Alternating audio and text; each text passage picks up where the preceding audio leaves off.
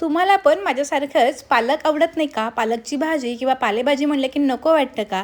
म्हणून ना मस्तपैकी ही माझ्या आत्याच्या पद्धतीने केलेली पालकची ही भन्नाट रेसिपी एकदा खाल तर सारखी बनवून इतकी मस्त अशी पालेभाजी आहे.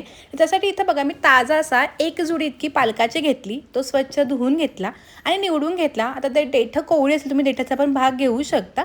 मी ही रेसिपी ना 4 ते 5 लोकांसाठी बनवते, त्यामुळे मी एक जुडी इतका पालक घेतला होता. आता हा पालक जो आहे तो पण बारीक चिरून घ्यायचा. पालकमध्ये ना चांगले जीवनसत्व असतात आणि असं म्हणतात की आठवड्यातून आपण एकदा किंवा दोनदा तरी पालक किंवा पालेभाज्यांचा समावेश करायलाच पाहिजे. आणि लहान मुलं तर ना पालेभाज्या खायला नाही म्हणतात. बऱ्याचदा आपण पालक पुरी, पालकचे पराठे किंवा पालकपासून वेगवेगळ्या रेसिपी करतो.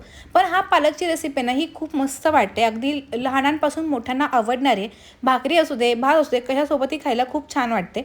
माझी आत्या तर नेहमी कडक भाकरी करायची आणि त्यासोबत ही भाजी करायची. मला प्रचंड आवडायची. सुरुवातीला पालक म्हटलं की मी नाकं मुरडायची, पण पालकाची जर ही भाजी बनवायची असेल ना तर मी खूप आवडीनं खायची.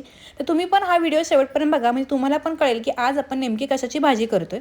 तर अगदी बारीक असा हा पालक जो तो संपूर्ण चिरून घेतला. संपूर्ण पालक चिरून घेतल्यानंतर बघा तो असा दिसतोय. पालक चिरते वेळेला थोडा मोठा अजिबात ठेवायचा नाही, थोडा बारीक चिरून घेतला ना तर खाताना खूप मस्त वाटतो. आता हा जो पालक आहे तो आपण एका साईडला ठेवून देऊयात आणि त्यानंतर आपण एक वाटण बनवूयात. त्यासाठी एका मिक्सरच्या भांड्यामध्ये 4 ते 5 इतक्या हिरव्या मिरच्या घेतल्या, त्यानंतर 7 ते 8 लसणाच्या पाकळ्या, अर्धी वाटी इतके कच्चे शेंगदाणे घेतले. आता पाणी न घालताना थोडंसं ओबड-धोबड असं हे वाटण वाटून घ्यायचं. आता लसूण जरा तो थोडा जास्त वापरायचा. वाटण तुम्ही बघू शकता ओबड-धोबड घेतले. काही लसूण तर अख्खे देखील आहेत. आता एक कढई घेतली. कढईमध्ये ना मोठे 2 चमचे तेल घालून घेतलं. तेल चांगलं गरम करून घ्यायचं. त्यामध्ये 1 चमचा मोहरी टाकले, 1 चमचा जिरे टाकले. जिरे मोहरी सगळे बघा चांगले असे तडतडले गेले. त्यामध्ये पाव चमचा इतका हिंग घालून घेऊयात आणि त्यानंतर गॅस अगदी मध्यम करायचा आणि त्यामध्ये हे जे वाटण आहे ना ते सगळं वाटण घालायचं. तेलावरती हे संपूर्ण वाटण चांगलं वाटून घ्यायचं, कारण ह्यामध्ये लसूण, मिरची आणि शेंगदाणे आपण कच्चे वापरले होते. तेलावरती चांगलं परतलं गेलं ना छान असं कुरकुरीत पण हे व्हायला मदत होते. आता गॅस अगदी बारीक करून घ्यायचा. यामध्ये पाव चमचा इतकी हळदपूड घातली. हळदीमुळं काय होतं, आपल्या भाजीला ना छान असा रंग पण येतो. मस्त असं खमंग वाटण परतलं गेले, अगदी छान सुगंध यायला सुरू झाला. जेव्हा तेलावरती लसूण वगैरे परतवण्यात त्याचा सुगंध खूप छान येतो. आता हे संपूर्ण परतलं गेलं की ह्यामध्ये आपण जो चिरून घेतलेला जो पालक होता तो संपूर्ण पालक घालून घ्यायचा. जेव्हा आपण पालक घालतो त्यावेळी असं वाटतं की आपल्याला खूप सारा पालक आहे आणि पटकन एक जण पालेभाजी टाकली की लगेच मीठ वगैरे टाकतात. तर मी एक टिप सांगते की माझी आजी नेहमी सांगायची की पालेभाज्या करताना ना मीठ टाकताना गडबड घाई करायची नाही, कारण पालेभाजी सुरुवातीला जास्त वाटते, पण जशी आपण ती पहिल्यावरती परततो किंवा शिजते ना तर ती अगदी कमी होते आणि त्यावेळी काय होतं, आपण जर आधी मीठ टाकलं असेल तर भाजी खारट होण्याची शक्यता असते. तर तसं होऊ नये म्हणून सुरुवातीला पालेभाजी चांगली करून घ्यायची किंवा शिजवून घ्यायची आणि नंतर शेवटी मीठ घालायचं. आणि पालक असेल तर थोडासा मिठाचा वापर करताना थोडासा कमी करायचा, कारण पालकामध्ये थोडासा आंबटपणा किंवा खारटपणा असतो, त्याला जास्त मीठ चालत नाही. तर ह्या गोष्टी पण नेहमी लक्षात ठेवा. तुम्ही पाहू शकता की 1 किंवा 2 मिनटं झालं आहे पण पालक बघा पूर्ण निम्मा झालेला आहे. सुरुवातीला वाटतं की भाजी खूप होईल, ही भाजी संपेल का, पण पालेभाज्यांची हीच गोष्ट वेगळी असते की त्या वाटताना भरपूर वाटतात पण शिजल्या की खूप कमी होतात. तर साधारणपणे 4 ते 5 मिनटं झाली आणि पालक पण बघा सगळा चांगला शिजवून घेतला आहे. तुम्ही आता हवी तर अशी पण पालकची भाजी खाऊ शकता, पण आता ह्या पद्धतीमुळं काय होतं, पालक खाताना खूप मस्त वाटतं. आता चवीनुसार मीठ टाकून हे सगळं चांगलं मिक्स करून घ्यायचं आणि भाजीला चांगला दाटसरपणा यावा, भाजीची चव चांगली वाढावी म्हणून ह्यामध्ये आता आपण डाळीचं म्हणजे बेसनचं पीठ घालतोय. तर एक जुडी पालकासाठी मी 2 ते 3 चमचे इतकं डाळीचं किंवा बेसनचं पीठ घालते. पीठ फार जास्त लागत नाही, थोडंसं कमी पीठ लागतं. त्यामुळं काय होतं, भाजीला एक दाटसरपणा येते आणि ग्रेव्हीसारखी भाजी लागते, खमंग लागते, कारण यामध्ये आपण जिरं, मिरची आणि लसूण वापरलेलं आहे.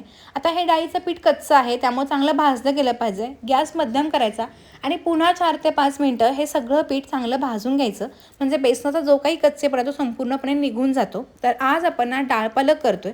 बऱ्याचदा डाळ पालक म्हटलं की आपण डाळ वगैरे भिजत घालून करतो, पण ही साधी सोपी इन्स्टंट भाजी आहे, अगदी बघताच तुम्ही करू शकाल.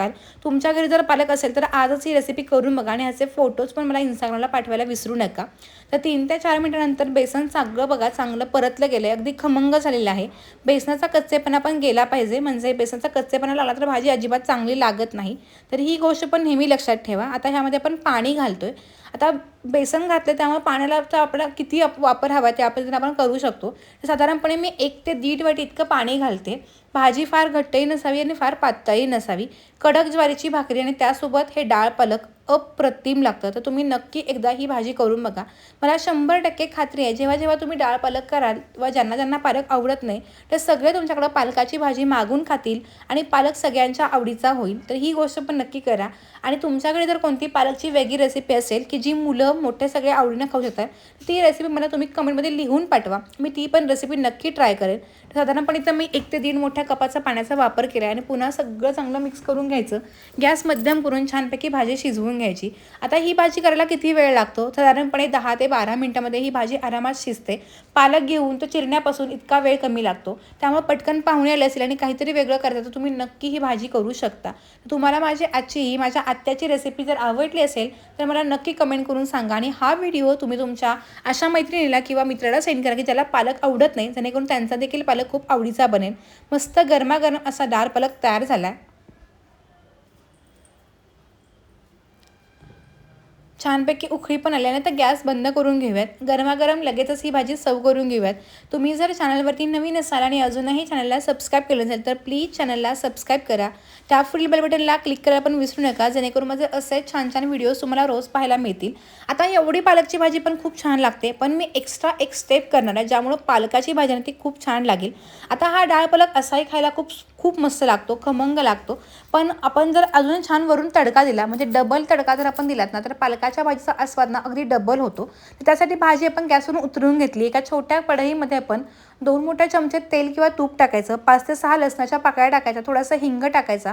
लसूण चांगला कुरकुरीत झाला की मस्तपैकी गरमागरम ही फोडणी ह्या पालकावरती घालून घ्यायची, म्हणजे भाजी अगदी मस्त लागते. तर तुम्हाला कशी वाटली रेसिपी ते नक्की कळवा. पुन्हा अशा छान व्हिडिओसोबत भेटूयात. तोपर्यंत धन्यवाद.